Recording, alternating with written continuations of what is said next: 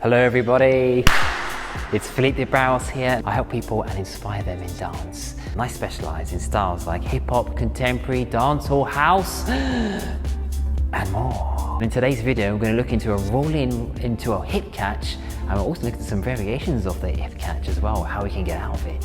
Let's go. Cool, so the hip catch. Hip catch is a fun move in West Coast swing. So leaders, this is how I like to do my hip catch. And this is where I'm at on my West Coast swing journey at the moment. So you might hear different things to different teachers, which is totally fine. I like to say as long as they are, all these techniques are following the concepts of West Coast swing, then it's okay to have different variations. So what I like to do, imagine I have my follower here. I'll do it facing you actually. So I'm going to do a roll into a hip catch. So how I do that, it's a bit like a left side pass. I'm going backwards for one, and then as I go backwards on two diagonally. Now there's two options you have here. You can go backwards on one and on two with a slight prep to the side, or that's going to prep your follower ready to turn, or I can go one and then go a little bit faster, and then you'll notice that that will prep her right shoulder back. Wow, try that if you don't believe me. Yeah, so we've gone one, and then on two, we've added that prep, and now I'm going to do a roll in. I like to do this with the wrist as I step out to roll that follower in for 3 and 4. I'm going to step this way around so you can see. I'm forwards on 4, and I have now my forearm against the waist of the follower. So now I'm going to do a little chassé step, like da-da, and as I do that, I'm going to use the forearm to give a gentle little encouragement to come out. You can even use this hand as well to bring the follower out as I do that chassé step for da-da and 5, and then on and 5, as I land, I don't want her to already land all the way. I want to land here and then develop the rest for 6. And we now have the hip catch, and I would recommend maybe holding the bony part. You might want to go for that fleshy part, but more the bony part. Some people go for the ribs as well. And then we have a nice catch here. You might want to have a spare arm like this, nice and straight, with the nice lines here. You might want to bring that leg further back, so the knees over the toes. And we're now in this nice hip catch. Some people might be in this position, something like this position.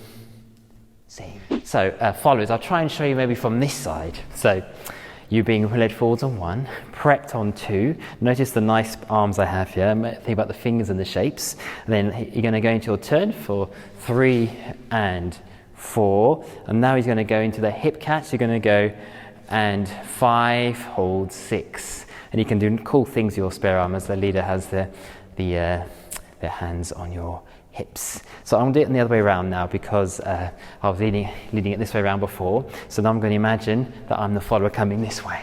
So I'm going and 1, and then 2 and 3 and 4 and 5, hold 6. Nice, and as you may remember, the leader was here holding the hips, and the follower now is here giving the weight of your hip into the leader's hand, creating that really nice connection. And now you're just going to wait and see what happens next. But that is the roll in into a hip catch. And followers can do, because now the hands on both of your hips, you have options now of these arms here, because none of these are being held. So you can have this one ready for what's going to happen, and you might want to do certain things, styling and so on. Whatever tickles your fancy.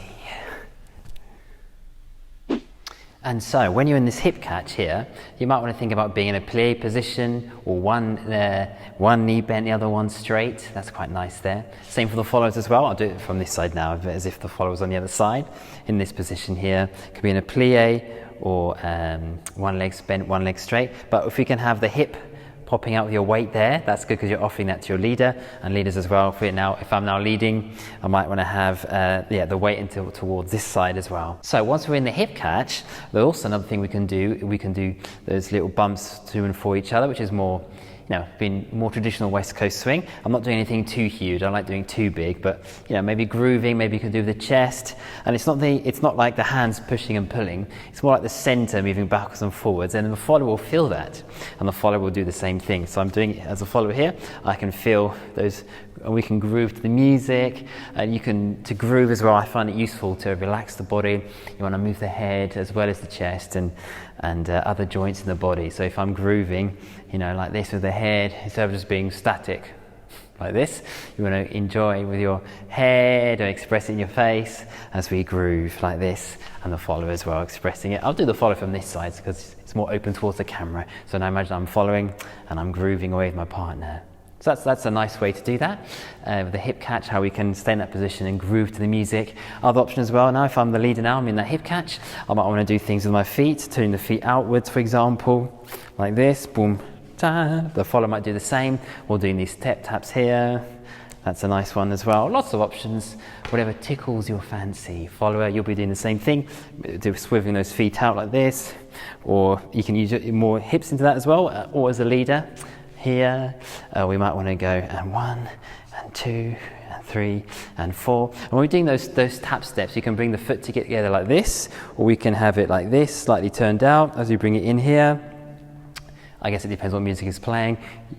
And then we might want to go more like this. Followers sometimes might want to have the knee more like this as they do that. Leaders might want to have it more straight like this, and so on. So many options. That's why we love dance. There's always new things to learn, isn't there? So how do we get out of the hip catch, you may be asking? I hear you asking that. So I've got my follower here. One of the most basic things we can do is just to spin the follower out and then come back out there. That's an option. Or I might want to redirect my follower, catch the other side of the hip, and then I might want to bring them back out again.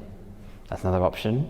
Or I might want to come up into a tuck, again leading that with that compression, and then slowly bring that shoulder back, and then coming forwards again. So lots of different options there. Followers, you're here, and so it's got the hips. The first thing he might do is spin. The first thing your leader might do is spin you out, catch you on that hip, and then it might bring you back out again as you do your triple step, which is nice. But all you have to do, you don't have to know what they're going to do. You just have to obviously read the energy, what the lead energy they're using to lead you with, and follow what you feel.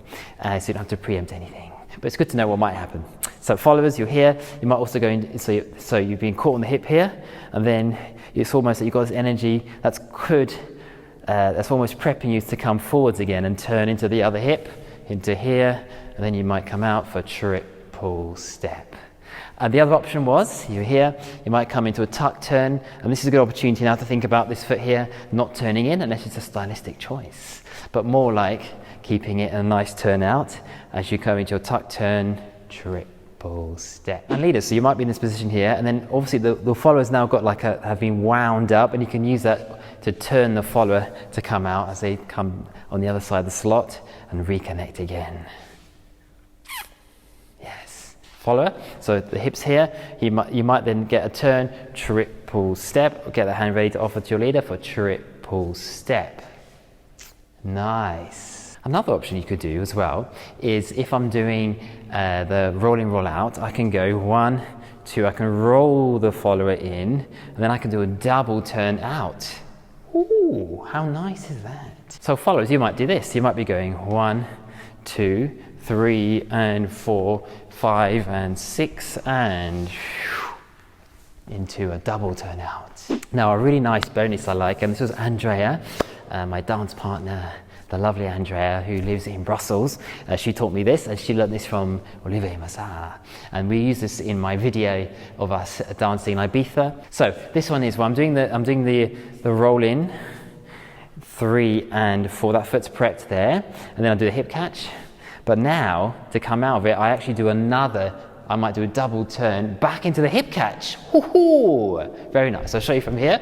So we're here, and then instead of doing those other exits, I might, with this hand here, I might do another double turn, keeping the shoulders to low, so that way, raising the shoulder, 1 and 2, back into the hip catch, and then you can do whatever you want to your heart's content. Followers, so you'll be here, and now you're being prepped into another double turn into that position. Woo!